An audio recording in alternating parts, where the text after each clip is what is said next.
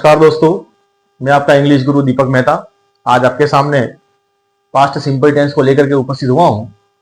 आशा करता हूं आपको अच्छा लगेगा। पास्ट इंडेफिनिट टेंस या पास्ट सिंपल टेंस क्या होता है? तो ये टेंस हमारा सबसे इंपॉर्टेंट टेंस होता है। किसी भी कंपोज करने के लिए, स्टोरी हो या पैराग्राफ हो, लेटर राइटिंग हो, उसको कंपोज करने के लिए बहुत इंपॉर्टेंट टेंस है। इसकी हिंदी पहचान क्या होती है? तो किसी भी सेंटेंस के अंत में ता था, ती थी, ते थे या क्रिया जो होती वर्ब, वहां से आ, ए, ई या आ था, ई थी, ए थे का साउंड आता है, कि ध्वनि आती है। जैसे कि उन्होंने फुटबॉल खेला। अब यहाँ खेला में क्या आ रहा है? पीछे आ रहा है। जब आ का साउंड आ रहा है पीछे वर्ब से, तो वो पास्ट सिंपल टेंस से बनाया जाता है। जब भी किसी सेंटेंस में आ, ए, ई या आ था, ई थी, ए थे या ता था, ती थी, ते थे लिखा हुआ हो या आता है पीछे साउंड, तो उसको हम पास्ट सिंपल टेंस से बनाते हैं। और पास्ट सिंपल टेंस में हेल्पिंग वर्ब क्या होती है? तो हेल्पिंग वर्ब जो होती है वो डीड होती है हमारी, और मेन वर्ब जो होती है वो वर्ब की सेकंड फॉर्म होती है। अब डीड क्या चीज होती है? तो डीड अपने आप में एक तो वर्ब की सेकंड फॉर्म ही है, डू, डज, डिड, है ना। लेकिन यहाँ पर वो हेल्पिंग वर्ब के रूप में यूज हो रही है। तो जब डीड का हम यूज करते हैं तो वर्ब की फर्स्ट फॉर्म हो जाती है। ये एक टेबल आपको बहुत मदद करेगा कि जब अफर्मेटिव सेंटेंस बनाते हैं तो हमको हेल्पिंग वर्ब को यूज नहीं करते हैं। ऐसी तीन प्रकार की हमारी हेल्पिंग वर्ब होती है, डू, डज और डिड। ये तीनों प्रकार की हेल्पिंग वर्ब हमारे अफर्मेटिव सेंटेंस में यूज नहीं होती, सीधी मेन वर्ब ही यूज होती है। तो यहाँ पर अफर्मेटिव सेंटेंस जब भी आएगा तो हमको वर्ब की सेकंड फॉर्म को यूज करना होता है। जैसे हमने सेंटेंस लिखा हुआ है, ये सा हमारी वर्ब की सेकंड फॉर्म है। उसी तरह से नेगेटिव सेंटेंस जब बनाते हैं तो डीड के बाद में हमको नॉट लिखना, नॉट के बाद में वर्ब की फर्स्ट फॉर्म लिखनी पड़ेगी। अब वर्ब की फर्स्ट फॉर्म क्यों आ रही है? क्योंकि डीड अपने आप में वर्ब की सेकंड फॉर्म हो रही है। तो जब सेकंड फॉर्म आ गई है तो दो सेकंड फॉर्म एक साथ आती नहीं है, इसलिए यहाँ पर डीड के साथ में नॉट जब यूज होगा तो मेन वर्ब जो होती है वो वर्ब की फर्स्ट फॉर्म बन जाती है। जैसे हमने लिखा आई डिड नॉट हेल्प, ये हेल्प हमारी वर्ब की फर्स्ट फॉर्म है। इंट्रोगेटिव सेंटेंस जब बनाएंगे तो डीड के बाद में सब्जेक्ट आता है और सब्जेक्ट के बाद में हमारी मेन वर्ब की फर्स्ट फॉर्म होती है। जैसे हमने सेंटेंस लिखा है, डिड शी प्ले फुटबॉल और क्वेश्चन मार्क, तो प्ले हमारी वर्ब की फर्स्ट फॉर्म है। अब इस टेंस को यूज कहां किया जाता है? तो ऐसे दो तीन इसके यूजेस है। पहला जो यूजेस है, to denote an action which occurred or happened in the past. ऐसा कार्य जो पास्ट में हुआ है उसको बताने के लिए हम पास्ट सिंपल टेंस को यूज करते हैं। जो काम पास्ट में घटित हुआ है उसको बताने के लिए। तो हमने लिखा he wrote a letter yesterday, ऐसा सेंटेंस लिखा हुआ है।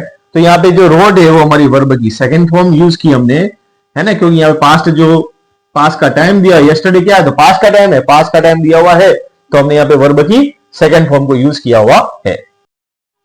To denote a past habit which does not exist in present. एक पास्ट की आदत होती है जो वर्तमान में नहीं है। A past habit which does not exist in present, ऐसी आदत जो वर्तमान में नहीं है, ऐसी आदत को बताने के लिए यूज्ड टू प्लस वर्ब की फर्स्ट फॉर्म को यूज किया जाता है। आप सभी को ध्यान भी होगा, मॉडल के अंदर यूज्ड टू आता है पास्ट हैबिट को बताने के लिए। तो यूज्ड टू जो होता है वो पास्ट हैबिट को बताने के लिए यूज में किया जाता है। कैसी आदत? जो वर्तमान में एग्जिस्ट नहीं करती, जो वर्तमान में है ही नहीं। जैसे कि he used to eat sweets, वो पहले मिठाई खाता था। यूज्ड टू ईट, पहले मिठाई खाता था, अब नहीं खाता। डॉक्टर ने मना बोल दिया, शुगर है भाई, आपको मिठाई नहीं खानी है। तो पहले मिठाई खाता था, वर्तमान में मिठाई खाने की आदत नहीं है। भूतकाल में मिठाई खाने की आदत थी, लेकिन वर्तमान में वो मिठाई को यूज नहीं करता है। तो ऐसी आदत को बताने के लिए हम यूज्ड टू प्लस वर्ब की फर्स्ट फॉर्म को यूज करते हैं।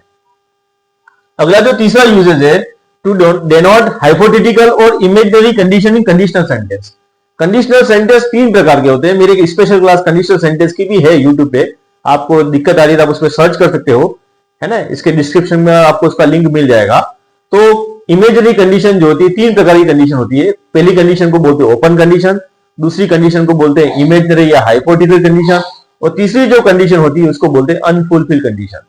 अब इमेजिनरी कंडीशन या हाइपोथेटिकल कंडीशन में होता क्या? हम कल्पना करते हैं, यदि मैं स्कूल का प्रिंसिपल होता तो मैं स्कूल में 5 दिन छुट्टियां रखता, है ना। ऐसा हम इमेजिन करते हैं। जिस समय इमेजिन कर रहे हैं उस समय वो काम पूरा हो सकता नहीं है, लेकिन भविष्य में हो सकता है। लेकिन आज जब हम कल्पना करें, इमेजिन करें, उस समय वो काम हमारा पूरा हो सकता नहीं है।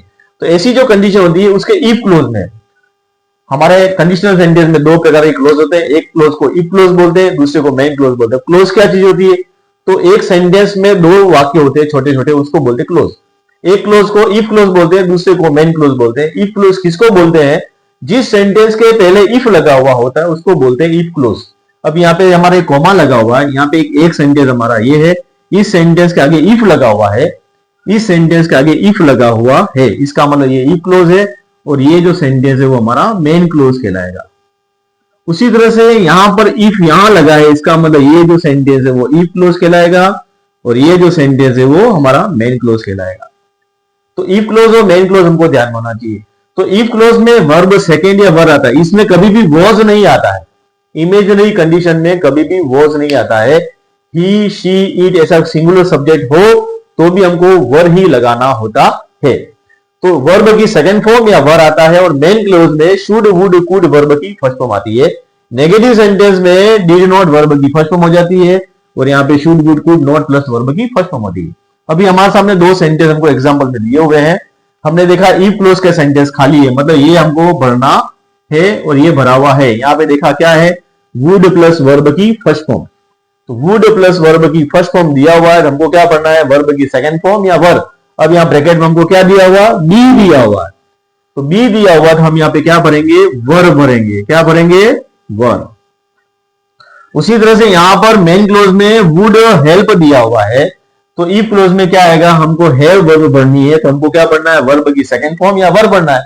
अब ब्रैकेट में वर्ब हैव दिए तो हैव की सेकंड फॉर्म जो होती है वो हैड होती है, तो यहां पर हमको क्या पढ़ना है, she would help the poor if she had money.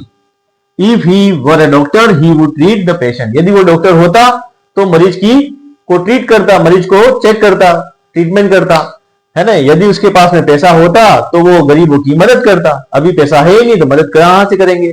तो कंडीशनल सेंटेंस में इमेजिनरी जो कंडीशन होती है वो इस प्रकार से हमको पढ़नी होती है कि इफ क्लोज में वर्ब सेकेंड या वर आता है, मेन क्लोज में शुड, वुड, कुड वर्ब की फर्स्ट फॉर्म होती है। अगला जो होता है हमारा कीवर्ड होता है once, once upon a time, ago, yesterday, yesternight, last plus time. ऐसे कुछ शब्द होते हैं जो हमको कीवर्ड हमको सेंटेंस को पढ़ने में मदद करते हैं। हमारे सामने दो एग्जाम्पल दिए हुए हैं। वंस हमको दिया हुआ है तो once there a crow, be बनना है तो once there was a crow. उसी तरह से यहाँ पे यस्टरडे दिया हुआ, he dead me yesterday, bracket में मीट वर्ब दी है तो हम यहाँ पे करेंगे मेट। इस तरह से हमको ये वर्ब भरने में हमको ये मदद करता है। और भी आगे हम पूरे पास के पूरे 4 टेंस पढ़ने के बाद में पूरा 25 सेंटेंस का प्रैक्टिस करेंगे इस वर्ब को भरने वाली भी। आगे आपको उसको मैं आपको अवेलेबल करवाऊंगा। यदि मेरा पढ़ाना आपको अच्छा लगा हो तो आप इस चैनल को अधिक से अधिक लोगों में सब्सक्राइब कीजिए और उसको आगे शेयर कीजिए अधिक से लोगों में, और कमेंट कीजिए और लाइक भी कीजिए। धन्यवाद।